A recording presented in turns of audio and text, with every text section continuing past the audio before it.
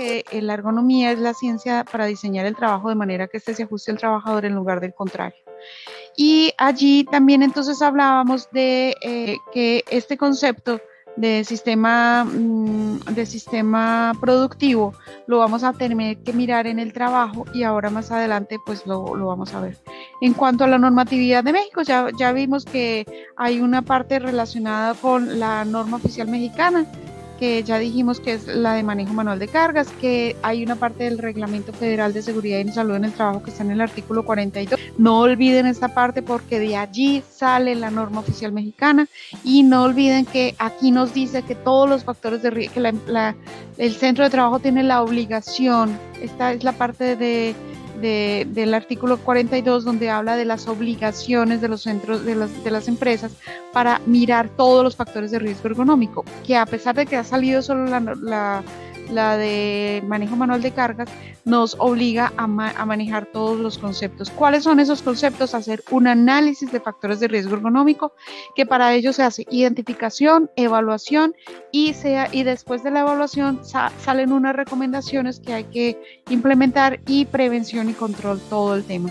También están todas las medidas preventivas, que esas se pueden realizar incluso sin tener que haber hecho las evaluaciones, ¿no? Se pueden empezar a mitigar esas cosas que les decía, por ejemplo, de cosas que podemos implementar, como el tapete antifatiga para una persona que trabaja mucho tiempo de pie, que si está trabajando de pie vamos a ponerle una silla de trabajo semi de pie. Todas esas cosas ustedes pueden irlas implementando, no necesariamente tienen que esperar a los análisis de puestos de trabajo.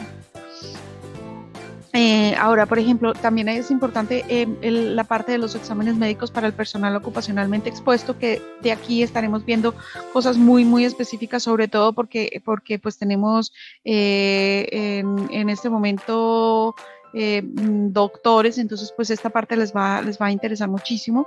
El informar a los trabajadores sobre las posibles alteraciones de salud, que esas alteraciones de salud tienen que ver con esos desórdenes musculoesqueléticos o trastornos musculoesqueléticos, el capacitar al personal ocupacionalmente expuesto. Aquí en esta parte, por ejemplo, es importante que tengan claro que que tienen que tener el permiso desde la Secretaría de Trabajo y Previsión Social y que tiene que hacerse de forma que se cumpla la parte del capítulo relacionado con el tema, para que tiene que hacerse teórico-práctico y tiene que demostrarse esa capacitación teórico-práctica. Y hay que llevar los registros de todas esas medidas preventivas que hemos hecho acá, que hemos hecho en la parte de informar a los trabajadores, que hemos hecho también incluso en la parte de capacitación y de esos exámenes médicos practicados. Esas obligaciones, si ustedes ven esas obligaciones del artículo 42, se aplican exactamente tal cual en manejo manual de cargas, en la norma oficial mexicana, en las obligaciones también. Y también el artículo 42 nos dice una parte importantísima que son las sanciones económicas. Y esas sanciones económicas están en estos artículos 115, 117, 118, 119 y 120. Y como yo les he explicado la vez pasada, dependiendo del artículo, de la obligación que se incumpla, son las sanciones.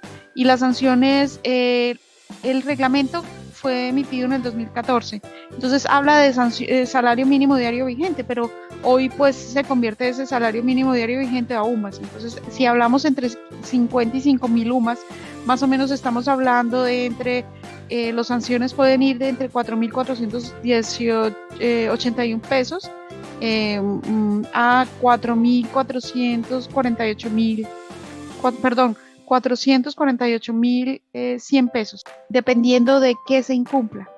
Entonces, las normas oficiales mexicanas, entonces la NOM 036 tiene que ver específicamente, como hemos visto, con el factor de riesgo de manejo manual de cargas. Y como ya les contaba, están estos otros dos factores de riesgo más comunes, que son movimientos repetitivos y posturas forzadas, que les contaba también la vez pasada que estos dos tienen que ver más, por ejemplo, con posturas forzadas, tiene que ver directamente con manejo de cargas también, muchas veces tienen que ver. Y estos dos también, por ejemplo, en los puestos de trabajo de teletrabajo o de home office o de oficinas, tiene que ver mucho esta parte de estas dos. Y ya el artículo, una modificación a la Ley Federal de Trabajo nos habla de que tenemos que incluir ergonomía en el teletrabajo o en el home office, por ejemplo. Muy bien, entonces ya revisando cuáles son esos factores de riesgo ergonómicos. específicos, ya como digamos como una subdivisión de los factores de riesgo ergonómico, dividido de manejo manual de cargas. La norma nos dice que tenemos que mirar todas aquellas actividades que levanten, descarguen, transporten. Este concepto de transportar es muy, muy, muy importante que lo tengan claro. Transportar es mover peso más de 1 metro. Entonces, casi hablábamos de 1,5 pasos, 2 pasos, con peso en la mano, ya se habla de transporte. Ahora, el tema de levantar, descargar y transportar puede hacerse por una sola persona, o sea, si la persona lo hace una sola persona, entra dentro de las evaluaciones que hay que hacer, o un grupo de personas, 2, 3, 4 personas que hagan esto, por ejemplo, tengan que cargar, no sé, un tambo entre varios, una caja entre varios, una tarima que es muy pesada entre 4 personas, por ejemplo. También implica las evaluaciones que se realicen. Y el empujar y el jalar tiene que ver no solo con empujar sobre el piso, por ejemplo, una caja, sino también tiene que ver con aquellas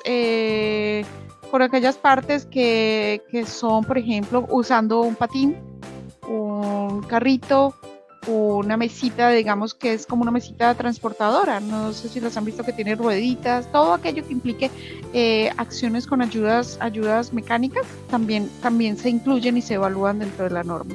Y la otra que hay que mirar es estivar. Estivar es acomodar una cosa sobre las otras. Entonces, la vez pasada les decía que revisaran, que anotaran esto: levantar, descargar, transportar, empujar y jalar y estivar, y me dijeran de esto que estamos viendo acá, ¿qué van a ver ustedes en estos videos? Entonces, no sé si, acuérdense, levantar, descargar, transportar, empujar, jalar y estivar. Estos 6 partes que a su vez se dividen de manejo manual de cargas. Vamos a ver por ejemplo.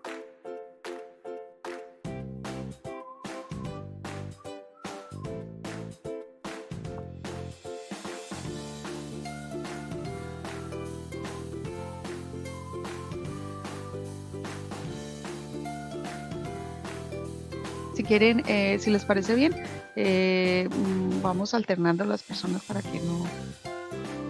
Sí, ahí básicamente lo que hace es carga, estiva y básicamente transporta con lo que es la transpaleta, ¿no? Jala, ajá. Y levanta también. Jala y transporta. Y entonces, levanta, descarga. Descarga, estiva, porque también está estivando arriba de otro. Ajá, estiva. Y jala, lo que es la transpaleta, y la transporta. La transporta. Bueno, el transporte, acuerda que es... es una nada más manual, ¿verdad? Así es. Ah, ok. Entonces sería nada más... Si ya, por ejemplo, va con la paleta, entonces ya sea con el patín, con el diablito, con todo eso, ya simplemente lo que está haciendo es jalando o empujando, ¿no? Porque muchas veces ellos también con el mismo patín para dar la vuelta en algún lado empujan, en fin. Y acá no alcanzamos a observar, pero suponemos que también transporta, porque fíjense que agarra desde acá y lo pone aquí. Pero ¿qué pasa con estos desde acá? ¿Qué pasa con estos de acá? Seguramente tuvo que agarrar de acá, dar la vuelta y acomodarlo atrás. ¿Sí ven? Entonces a lo mejor también transporte.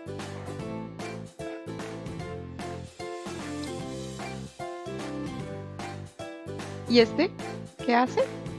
Jala y empuja. Jala y empuja. Jala y empuja de lo que vemos, ¿sí? De lo que vemos. Pero probablemente para que... Escala. Exactamente, como les digo. Si vemos todo el ciclo, imagínense todo estas cajas que están envueltas pues en el plástico, cómo lo envolvieron, quién subió las cajas. Sí, todo ese tipo de cosas pues tenemos que verla con el ciclo de trabajo.